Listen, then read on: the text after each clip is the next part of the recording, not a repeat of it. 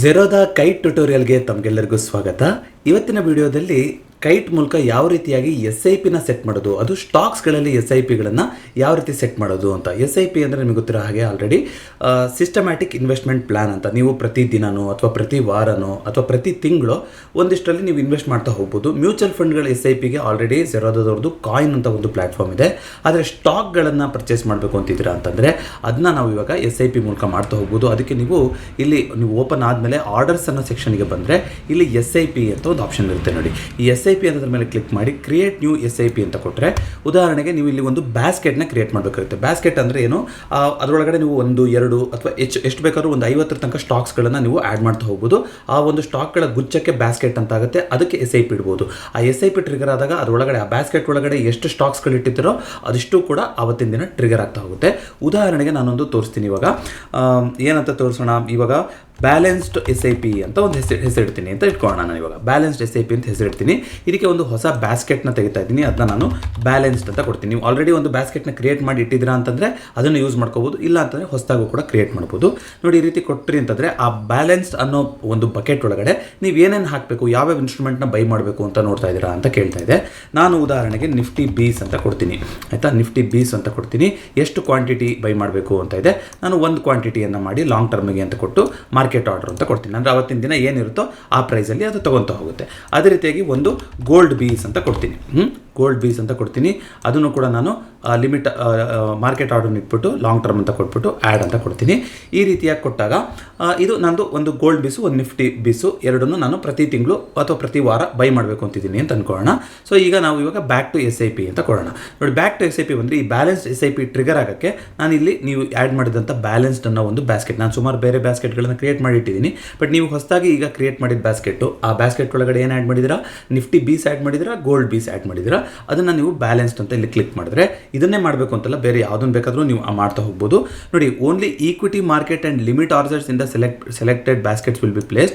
Limit orders are not guaranteed to be executed and AMO, BO, CO varieties are not allowed ಅಂತ ಕೇಳಿದ್ದಾರೆ. ಅಂದರೆ ಈಕ್ವಿಟಿನಲ್ಲಿ ನೀವು ಬರೀ market order ಇಡ್ಬೋದು, ಲಿಮಿಟ್ ಆರ್ಡರ್ ಇಡ್ಬೋದು. ಬೇರೆ ಆರ್ಡರ್ಗಳು ಅಂದರೆ SL ಆರ್ಡರ್ ಇರುತ್ತೆ, ಬೇರೆ ಬೇರೆ ಆರ್ಡರ್ಗಳಿರುತ್ತಲ್ಲೋ ಅದು ಯಾವುದು ವರ್ಕ್ ಆಗೋದಿಲ್ಲ, ಐಸ್ಬರ್ಗ್ ಆರ್ಡರ್ ಅದೆಲ್ಲ. ಸೊ ಬರೀ ಮಾರ್ಕೆಟ್ ಆರ್ಡರ್ ಇಡಬೇಕು ಅಥವಾ ಲಿಮಿಟ್ ಆರ್ಡರ್ ಇರಬೇಕು. ಲಿಮಿಟ್ ಆರ್ಡರ್ ಇಟ್ಟರೆ ಎಕ್ಸಿಕ್ಯೂಟ್ ಆಗುವಂಥ ಸಾಧ್ಯತೆ ಕಡಿಮೆ ಇರುತ್ತೆ. ಯಾಕೆಂದರೆ ನೀವು ನೋಡಿ, ಪ್ರತಿ ವಾರ ಒಂದು ಲಿಮಿಟಲ್ಲಿ ತೊಗೋಬೇಕು ಅಂತಿದ್ದೀರಾ, ಬಟ್ ಮಾರ್ಕೆಟ್ ಕಂಡೀಷನ್ ಚೇಂಜ್ ಆದಂಗೆ ಲಿಮಿಟ್ ಅಂದರೆ ಏನು, ಇಂಥದ್ದೇ ಪ್ರೈಸ್ಗೆ ಬೈ ಮಾಡಿ ಅಂತ ಹೇಳುವಂಥದ್ದು. ಬಟ್ ನಿಮಗೆ ಯಾವ ಪ್ರೈಸ್ ಇರುತ್ತೆ ಅಂತ ಗೊತ್ತಿರೋದಿಲ್ಲ ಆ ಟೈಮಲ್ಲಿ, ಹಾಗಾಗಿ ಗ್ಯಾರಂಟಿ ಇರಲ್ಲ. ಆದರೆ ಮಾರ್ಕೆಟ್ ಆರ್ಡರ್ ಇಟ್ಟರೆ ಆ ಟೈಮಲ್ಲಿ ಏನಿರುತ್ತೋ ಆ ಬೆಲೆಗೆ ಅದು ಕೊಂಡ್ಕೊಳ್ತಾ ಹೋಗುತ್ತೆ. ಉದಾಹರಣೆಗೆ ನೀವು ಇಲ್ಲಿ ನೋಡಿ, ಯಾವ ದಿನ ಟ್ರಿಗರ್ ಆಗಬೇಕು, ಈ ಬ್ಯಾಲೆನ್ಸನ್ನು ಸೆಲೆಕ್ಟ್ ಮಾಡಿದ್ದೀರಾ ಅಂದರೆ ಅದರೊಳಗಡೆ ನೀವು ನಿಫ್ಟಿ ಬೀಸ್ನ ಆ್ಯಡ್ ಮಾಡಿದ್ದೀರಾ, ಗೋಲ್ಡ್ ಬೀಸ್ನ ಆ್ಯಡ್ ಮಾಡಿದ್ದೀರಾ. ಇದೇ ಥರ ನೀವು ಯಾವುದೇ ಸ್ಟಾಕ್ಗಳನ್ನು ಬೇಕಾದರೂ ಇನ್ವೆಸ್ಟ್ ಮಾಡ್ತಾ ಹೋಗ್ಬೋದು. ಸೊ ಯಾವ ದಿನ ಇನ್ವೆಸ್ಟ್ ಆಗಬೇಕು, ನನ್ನ ಪ್ರಕಾರ ಉದಾಹರಣೆಗೆ ನನಗೆ 7ನೇ ತಾರೀಕು, ಪ್ರತಿ ತಿಂಗಳು 7ನೇ ತಾರೀಕು, ಇದು ನೋಡಿ 9:30ಯಿಂದ 3 ಗಂಟೆ ತನಕ ಟೈಮ್ ಕೊಡ್ತಾರೆ ನಿಮಗೆ. ಅಷ್ಟರೊಳಗೆ ನೀವು ಯಾವಾಗ ಬೇಕಾದರೂ ಸೆಟ್ ಮಾಡಿಡ್ಬೋದು. ಅಂದರೆ ನೀವು 11 ಗಂಟೆಗೆ ಅಂತ ಸೆಟ್ ಮಾಡಿಟ್ರಿ ಅಂತಂದರೆ ಪ್ರತಿ ತಿಂಗಳು 7ನೇ ತಾರೀಕು 11 ಗಂಟೆಗೆ ನೀವು ಸೆಲೆಕ್ಟ್ ಮಾಡಿರುವಂಥ ಬ್ಯಾಸ್ಕೆಟಲ್ಲಿ ಇರುವಂಥ ಸ್ಟಾಕ್ಸ್ಗಳನ್ನು ಅದು ಆಟೋಮೆಟಿಕ್ಕಾಗಿ ಬೈ ಮಾಡ್ತಾ ಹೋಗುತ್ತೆ. ಅಂದರೆ ಈಗ ಸದ್ಯಕ್ಕೆ ಗೋಲ್ಡ್ ಬೀಸು, ನಿಫ್ಟಿ ಬೀಸು ಇಟ್ಟಿದ್ದೀನಿ, ನೀವು ಯಾವ್ದು ಇಟ್ಟಿರ್ತೀರೋ ಅದು 11 ಗಂಟೆಗೆ ಎಕ್ಸಿಕ್ಯೂಟ್ ಆಗ್ತಾ ಹೋಗುತ್ತೆ. ಈ ರೀತಿಯಾಗಿ ನೀವು ಆ್ಯಡ್ ಮಾಡ್ತಾ ಹೋಗ್ಬೋದು. ಉದಾಹರಣೆಗೆ ನಿಮಗೆ ಒಂದಲ್ಲದೆ ವಾರನೂ ನಿಮಗೆ SIPಗಳು ಟ್ರಿಗರ್ ಆಗಬೇಕು ಅಂತಿದೆ ಅಂತಂದರೆ ನೀವು ಆ್ಯಡ್ ಅಂತ ಕೊಟ್ಟು ಏನು ಮಾಡ್ಬೋದು. 7ನೇ ತಾರೀಕು ಆಯಿತು, ನೆಕ್ಸ್ಟು 14ನೇ ತಾರೀಕು, ಅವತ್ತು ಕೂಡ ನಾನು ಒಂದು 11 ಗಂಟೆ ಬೇಡ, ನಾನು ಅವತ್ತು 1 ಗಂಟೆಗೆ ಟ್ರಿಗರ್ ಆಗಲಿ ಅಂತ ಹೇಳ್ಬೋದು. ಈ ರೀತಿಯಾಗಿ ನೀವು ಡೈವರ್ಸಿಫಿಕೇಶನ್ ಮಾಡ್ತಾ ಹೋಗ್ಬೋದು. ಒಂದು ತಿಂಗಳಲ್ಲಿ ಒಂದು ಡೇಟಿಗೆ, ಒಂದು ಡೇಟಿಗೆ ನಾವು 5 SIPಗಳನ್ನು ನಾವು ಸೆಟ್ ಮಾಡ್ತಾ ಹೋಗ್ಬೋದು. ಒಂದು SIPಯಿಂದ ಮತ್ತೊಂದು SIP ಆಗೋಕ್ಕೆ ಟ್ರಿಗರು ಮಿನಿಮಮ್ ಅರ್ಧ ಗಂಟೆ ಡಿಫ್ರೆನ್ಸ್ ಇರುತ್ತೆ. ಜೊತೆಗೆ ನೀವು ಒಂದೇ ಬ್ಯಾಸ್ಕೆಟನ್ನು ಒಂದಿನ ಇಟ್ಟಿದ್ದೀರಾ ಅಂತಂದರೆ ನೋಡಿ, ಮತ್ತೆ 7th ಅನ್ನೋದನ್ನು ಚೂಸ್ ಮಾಡೋಕ್ಕೆ ಬಿಡೋದಿಲ್ಲ. ಹಾಗಾಗಿ ನೀವು ಬೇರೆ ದಿನನೇ ಚೂಸ್ ಮಾಡ್ತಾ ಹೋಗಬೇಕು. ಬಟ್ ನೀವು ಬೇರೆ ಯಾವುದಾದ್ರೂ ಬ್ಯಾಸ್ಕೆಟನ್ನು ಅವತ್ತಿನ ದಿನನೇ ಸೆಟ್ ಮಾಡೋಕ್ಕೆ ಇಡ್ಬೋದು. ಆ ರೀತಿ ಆಪ್ಷನ್ ಇದೆ. ಅಕಸ್ಮಾತ್ ನೀವು SIP ಸೆಟ್ ಮಾಡಿರೋ ಡೇಟು ಅಂದರೆ 7ನೇ ತಾರೀಕು ಅಥವಾ 14ನೇ ತಾರೀಕು, ಅವತ್ತು ಏನೋ ಒಂದು ಮಾರ್ಕೆಟ್ನಲ್ಲಿ ರಜಾ ಇತ್ತು ಅಂತ ಅನ್ಕೊಳ್ಳೋಣ, ಅಥವಾ ಅವತ್ತೊಂದು ಶನಿವಾರ ಭಾನುವಾರ ಬಂದುಬಿಟ್ಟಿತ್ತು, ವೀಕೆಂಡ್ ಆಗಿಬಿಟ್ಟಿತ್ತು ಅಂತಂದರೆ ಅದರ ಮಾರನೇ ದಿನ ಏನಿರುತ್ತೋ ಅವತ್ತು ಆ ಆರ್ಡರ್ಗಳು ಪ್ಲೇಸ್ ಆಗ್ತಾ ಹೋಗುತ್ತೆ. ಆರ್ಡರ್ ಪ್ಲೇಸ್ ಆಗೋಕ್ಕಿಂತ ಮುಂಚೆ ಒಂದಿನ ಹಿಂದೆನೂ ಕೂಡ ನಿಮಗೆ ಮೇಲ್ ಬರ್ತಾ ಹೋಗುತ್ತೆ. ಆರ್ಡರ್ ಟ್ರಿಗರ್ ಆದಮೇಲೂ ಕೂಡ ನಿಮಗೆ ಒಂದು ಮೇಲ್ ಬರ್ತಾ ಹೋಗುತ್ತೆ. ಆದರೆ ಇದೆಲ್ಲ ಆಗೋದಕ್ಕೆ ಏನು ಇಂಪಾರ್ಟೆಂಟು, ನಮ್ಮ ಒಂದು ಟ್ರೇಡಿಂಗ್ ವಾಲೆಟ್ ಏನಿರುತ್ತೋ, ಕೈಟ್ ವಾಲೆಟು, ಅದರಲ್ಲಿ ಅಷ್ಟು ದುಡ್ಡು ಇರಬೇಕಾಗ್ತಾ ಹೋಗುತ್ತೆ. ಜೊತೆಗೆ ನೀವು ಬ್ಯಾಸ್ಕೆಟ್ ಕ್ರಿಯೇಟ್ ಮಾಡಿರೋದು ನೋಡಿ, ಇಲ್ಲಿ ಬ್ಯಾಸ್ಕೆಟಲ್ಲಿ ತೋರಿಸ್ತಾ ಹೋಗುತ್ತೆ. SIPನ ನಾನು ಅದು ಫುಲ್ ಕಂಪ್ಲೀಟ್ ಮಾಡಲಿಲ್ಲ. ಫುಲ್ ಕಂಪ್ಲೀಟ್ ಮಾಡಿದ್ರೆ ನಿಮಗೆ ಇಲ್ಲಿ ಬಂದ್ಕೊಂಡು ಕೂತ್ಕೊಳುತ್ತೆ. ಅದನ್ನ ನೀವು ಯಾವಾಗ ಬೇಕಾದರೂ ಅವಾಗ ಮಾಡಿಫೈ ಮಾಡ್ಕೋಬೋದು, ಪಾಸ್ ಮಾಡ್ಕೋಬೋದು. ಉದಾಹರಣೆಗೆ ನಾನು 7ನೇ ತಾರೀಕು ಒಂದು 11 ಗಂಟೆಗೆ ಅಂತ ಕೊಟ್ಟೆ ಅಲ್ವಾ. ಸೊ ಈ ರೀತಿಯಾಗಿ ನೀವು ಕ್ರಿಯೇಟ್ ಅಂತ ಕೊಟ್ಟರೆ ನೋಡಿ, ಈ ರೀತಿ ಕ್ರಿಯೇಟ್ ಆಗುತ್ತೆ. ಅದು ಆಕ್ಟಿವ್ ಇದೆ ಅಂತ ಅಂದರೆ, ಆಕ್ಟಿವ್ ಇದೆ ಅಂದ್ರೇನು, ಪ್ರತಿ ಮಂತು 7ನೇ ತಾರೀಕು 11 ಗಂಟೆಗೆ ಇದು ಟ್ರಿಗರ್ ಆಗುತ್ತೆ ಅಂತ ಇದೆ. ನಿಮಗೆ ಇದು ಇವಾಗ ಸದ್ಯಕ್ಕೆ ಪಾಸ್ ಮಾಡಬೇಕು, ಯಾವುದೋ ಒಂದು ತಿಂಗಳಿಂದ ಪಾಸ್ ಮಾಡ್ಬೋದು, ಡೇಟ್ ಚೇಂಜ್ ಮಾಡ್ಬೋದು ಅಂದರೆ ಡೇಟ್ ಚೇಂಜ್ ಮಾಡ್ಬೋದು, ಇಲ್ಲಿ ಕ್ಲಿಕ್ ಮಾಡಿ. ಅದೇ ರೀತಿ ಡಿಲೀಟ್ ಅಂದರೆ ಡಿಲೀಟ್ ಕೂಡ ಮಾಡ್ತಾ ಹೋಗ್ಬೋದು. ನೋಡಿ, ಈಗ ನಾನು ಈ ರೀತಿ ಇಟ್ಟೆ ಅಂತಂದರೆ ಈಗ 7ನೇ ತಾರೀಕು ಆಗೋಗಿದೆ. ಬಟ್ ಮುಂದಿನ ತಿಂಗಳು 7ನೇ ತಾರೀಕು ನಾನು ಕ್ಯಾನ್ಸಲ್ ಮಾಡಲಿಲ್ಲ ಅಂದರೆ ಅದು ಅದೇ ರೀತಿ ಇರುತ್ತೆ. ಹಾಗಾಗಿ ನೀವೇನಾದ್ರು ಟೆಸ್ಟ್ ಮಾಡಕ್ಕೆ ಮಾಡ್ತಾ ಇದ್ದಾರೆ ಅಂದರೆ ಮಾಡಾದ್ಮೇಲೆ ಡಿಲೀಟ್ ಮಾಡೋದನ್ನು ಮರಿಬೇಡಿ. ಜೊತೆಗೆ ಅಷ್ಟು ದುಡ್ಡು ನಿಮ್ಮ ಒಂದು ಫಂಡ್ಸಲ್ಲಿ ಇರುವಂಥದ್ದು ವೆರಿ ಇಂಪಾರ್ಟೆಂಟ್. ಇವಾಗ ನಿಫ್ಟಿ ಬೀಸ್, ಗೋಲ್ಡ್ ಬೀಸ್ ಅಂದರೆ ಸುಮಾರು ಒಂದು 350-400 ರೂಪಾಯಿ ಅದೇನು ಬೇಕಾಗುತ್ತೋ ಅಷ್ಟು ಇರಬೇಕಾಗ್ತಾ ಹೋಗುತ್ತೆ. ಅದನ್ನ ಯಾವ ರೀತಿಯಾಗಿ ಸೆಟಪ್ ಮಾಡೋದು ಅಂತಂದರೆ, ಮ್ಯಾಂಡೇಟರಿಯಾಗಿ ನಿಮಗೆ ಪ್ರತಿ ಸಲನೂ ನಿಮ್ಮ ಟ್ರೇಡಿಂಗ್ ವಾಲೆಟಲ್ಲಿ ದುಡ್ಡು ಇರೋದಿಲ್ಲ. ಜೊತೆಗೆ ನೀವೇನಾದರೂ ಅನ್ಯುಟಿಲೈಸ್ಡ್ ಅಮೌಂಟ್ ನಿಮ್ಮ ಫಂಡಲ್ಲಿ ಉಳಿದಿದೆ ಅಂತಂದರೆ ಸೆಬಿ ರೂಲ್ಸ್ ಪ್ರಕಾರ ನಿಮಗೆ 3 ತಿಂಗಳಿಗೆ ಒಂದ್ಸಲ ವಾಪಸ್ಸು ಬ್ಯಾಂಕ್ ಅಕೌಂಟಿಗೆ ಹಾಕ್ಬಿಡ್ತಾರಲ್ವ. ಹಾಗಾಗಿ ನೀವು 7ನೇ ತಾರೀಕು ನೀವು SIPನ ಇಟ್ಟಿದ್ದೀರಾ ಅಂತಂದರೆ ನೀವೇನು ಮಾಡ್ತಾ ಹೋಗ್ಬೋದು, ಇಲ್ಲಿ ಕನ್ಸೋಲಲ್ಲಿ ಫಂಡ್ಸ್ ಅನ್ನೋ ಸೆಕ್ಷನ್ಗೆ ಬಂದರೆ ಅಲ್ಲಿ ಬ್ಯಾಂಕ್ ಮ್ಯಾಂಡೇಟ್ಸ್ ಅಂತ ಇರುತ್ತೆ. ಅದರ ಮೇಲೆ ಕ್ಲಿಕ್ ಮಾಡಿ ನೀವು ಕ್ರಿಯೇಟ್ ನ್ಯೂ ಮ್ಯಾಂಡೇಟ್ ಅಂತ ಕೊಟ್ಟರೆ ನಿಮ್ಮ ಬ್ಯಾಂಕಿಂದ ಇಂಥ ತಾರೀಕು ಇಷ್ಟು ದುಡ್ಡು ಹೋಗಬೇಕು ಅಂತ. ಉದಾಹರಣೆಗೆ ನಿಮ್ಮ ಒಂದು SIPಗೆ ನಾನೇನು ಸೆಟ್ ಮಾಡಿದ್ದೀನಿ, ಅದಕ್ಕೆ ತಿಂಗಳ ಒಂದು 350-400 ರೂಪಾಯಿ ಬೇಕಾಗ್ತಾ ಹೋಗುತ್ತೆ. ಸೊ ನೀವೇನು ಮಾಡ್ತಾ ಹೋಗೋದು, ಒಂದು 400 ರೂಪಾಯಿ ಅಥವಾ 500 ರೂಪಾಯಿ ಏನು ಅಮೌಂಟ್ ಬೇಕು, 7ನೇ ತಾರೀಕಲ್ವ ಇರೋದು, ನೀವು 2ನೇ ತಾರೀಕು ಅಥವಾ 3ನೇ ತಾರೀಕಿನೇ ನೀವು ನಿಮ್ಮ ಒಂದು ಕೈಟ್ ಏನು ಒಂದು ವಾಲೆಟ್ ಇದೆ ಅದು ರೀಚಾರ್ಜ್ ಆಗೋ ಥರ ನೀವು ಬ್ಯಾಂಕ್ ಮ್ಯಾಂಡೇಟ್ನ ಸೆಟ್ ಮಾಡಿರ್ಬೋದು. ಇದರಲ್ಲಿ ನೀವು ಕ್ಲಿಕ್ ಅಂತ ಕೊಟ್ಟರೆ ನಿಮ್ಮ ಬ್ಯಾಂಕ್ ಡೀಟೇಲ್ಸ್ ಬರುತ್ತೆ. ಅಲ್ಲಿ ನೆಟ್ ಬ್ಯಾಂಕಿಂಗ್ ಮೂಲಕ ಅಥವಾ ಡೆಬಿಟ್ ಕಾರ್ಡ್ ಮೂಲಕ ಅಥವಾ UPI ಮೂಲಕ ನೀವು ಸೆಟಪ್ ಮಾಡ್ಬೋದು. ಸೆಟಪ್ ಮಾಡಾದ್ಮೇಲೆ ನಿಮಗೆ ಅದು ಒಂದು ಸೆಟಪ್ ಆಗೋಕ್ಕೆ ಫಸ್ಟ್ ಟೈಮು ಒಂದು 5 ದಿನ ತೊಗೊತಾರೆ. ಇಲ್ಲಿ ಹೇಳಿರೋ ಥರ ಬ್ಯಾಂಕು ಆ್ಯಕ್ಟಿವೇಟ್ ಮಾಡೋಕ್ಕೆ 5 ದಿನ ತೊಗೊಳುತ್ತೆ. 5 ದಿನ ತೊಗೊಂಡ್ಮೇಲೆ ಪ್ರತಿ ತಿಂಗಳು ಆ ಡೇಟ್ ನೀವೇನು ಸೆಟಪ್ ಮಾಡಿರ್ತಾರೋ ಅವತ್ತಿನ ದಿನ ನಿಮ್ಮ ಒಂದು ಕೈಟ್ ವಾಲೆಟ್ ಏನಿರುತ್ತೆ ಅದು ರೀಚಾರ್ಜ್ ಆಗ್ತಾ ಹೋಗುತ್ತೆ.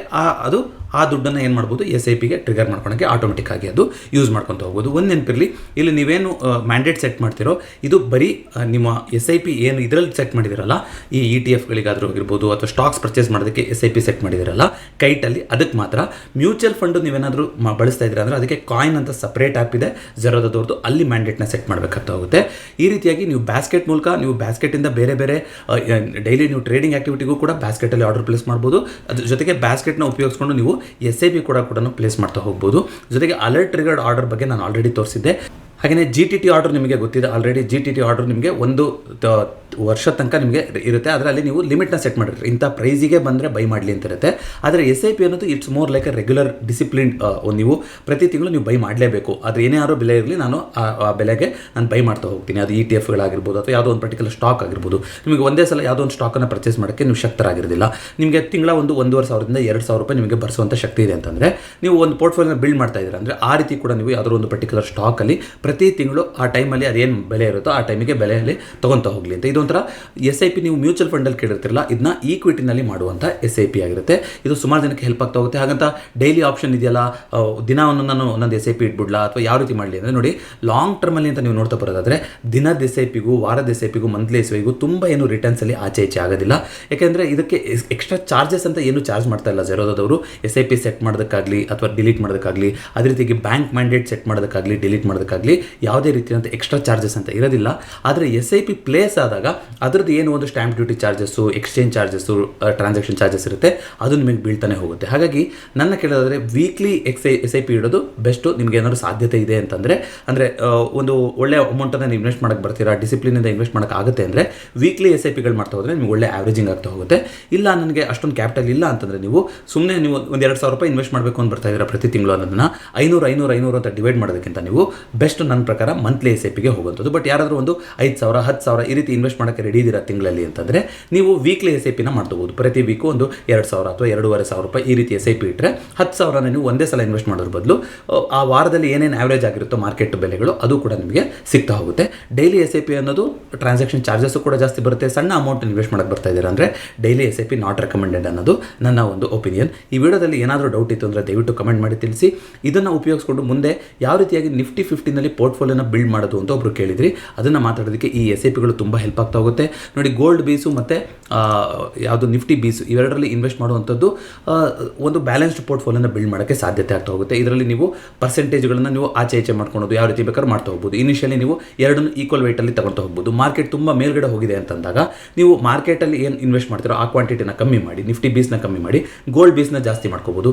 ಗೋಲ್ಡ್ ರೇಟ್ ತುಂಬ ಜಾಸ್ತಿ ಆಗಿದೆ ಅಂತಂದಾಗ ಗೋಲ್ಡ್ ಬೀಸಲ್ಲಿ ಎಷ್ಟು ಸೆಟ್ ಮಾಡ್ತಾ ಇದ್ರು ಅದನ್ನ ಕಮ್ಮಿ ಮಾಡಿಕೊಂಡು ಈಗ ನಿಫ್ಟಿ ಬೀಸಲ್ಲಿ ನೀವು ಜಾಸ್ತಿ ಮಾಡ್ಕೋಬೋದು. ಈ ರೀತಿಯಾಗಿ ನೀವು SIPಗಳನ್ನು ನೀವು ಎಡಿಟ್ ಕೂಡ ಮಾಡ್ಕೊತಾ ಹೋಗ್ಬೋದು. ಇದಿಷ್ಟು ಇವತ್ತಿನ ಕೈಟ್ ಟ್ಯೂಟೋರಿಯಲ್ ಆಗಿತ್ತು. ಮತ್ತೊಮ್ಮೆ ಭೇಟಿಯಾಗೋಣ. ಎಲ್ಲರಿಗೂ ನಮಸ್ಕಾರ.